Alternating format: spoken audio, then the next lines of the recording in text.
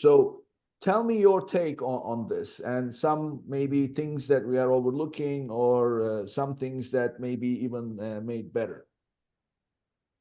Alan, you want to go? Oh, I was going to let the accountant jump in. I will quickly say that is the beauty of A2X is that you can decide exactly what you care about. What everyone has different priorities. Obviously, gross sales, COGS, these are important to everyone, but you can choose exactly kind of what FBA fees and where you want to put them.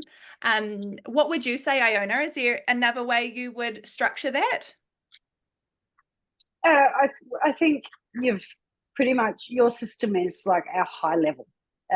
We just provide a whole heap more breakdown for those that might need some, extra categorization or different mapping for some unknown reason. But your system is actually like, I would recommend a high level system like that too, especially if people are sort of starting out. That's absolutely ideal. It makes the focus is on the right things then, and as they grow they can grow their focus. If they want to see some more detailed things, then they can do that. And with A2X, like the way you're currently guiding people to map, it's so easy to just jump in and change that if ever you need to down the track. Right. You still have all the comparable data with the accounting systems now. You can do recodes if you find down the track that you needed more details. So I think it's perfect. I think that's a great, that is a high level default, so I would say. Yeah, the reason why I go about it that way is because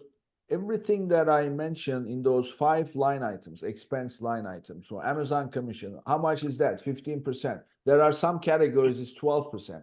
If you see that spike, clearly there is some miscategorization happen on some listing. You see, that's a red flag they can dig into and then figure out.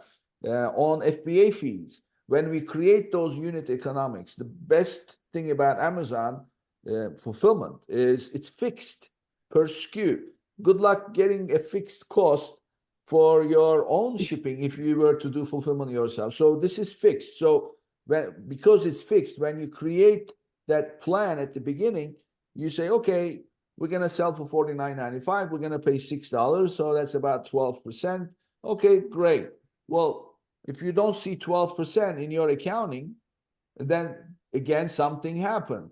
It's either misaccounted or something happened, Amazon changed fees or whatever the case is. And storage is a big deal. Storage is supposed to be tracked because it can be managed much better. But if you don't even measure how you are doing, so that's why I like to keep that separate. And of course, advertising is the huge part of it. Yeah, ACoS calculations, TACoS calculations. So you want to see that separately. And frankly, for everything else, I don't really care. What I do is I say, combined, as long as they are less than 5%, that's all I care about. And that's where you have all these reimbursements, the reimbursement fee and the clawback fee and the clawback itself. It gets so complicated. So that way, it's a good idea to cut all that clutter and then just, your system will just map it to wherever you want it to go, and then you can see your numbers. So that's the part that I like the most.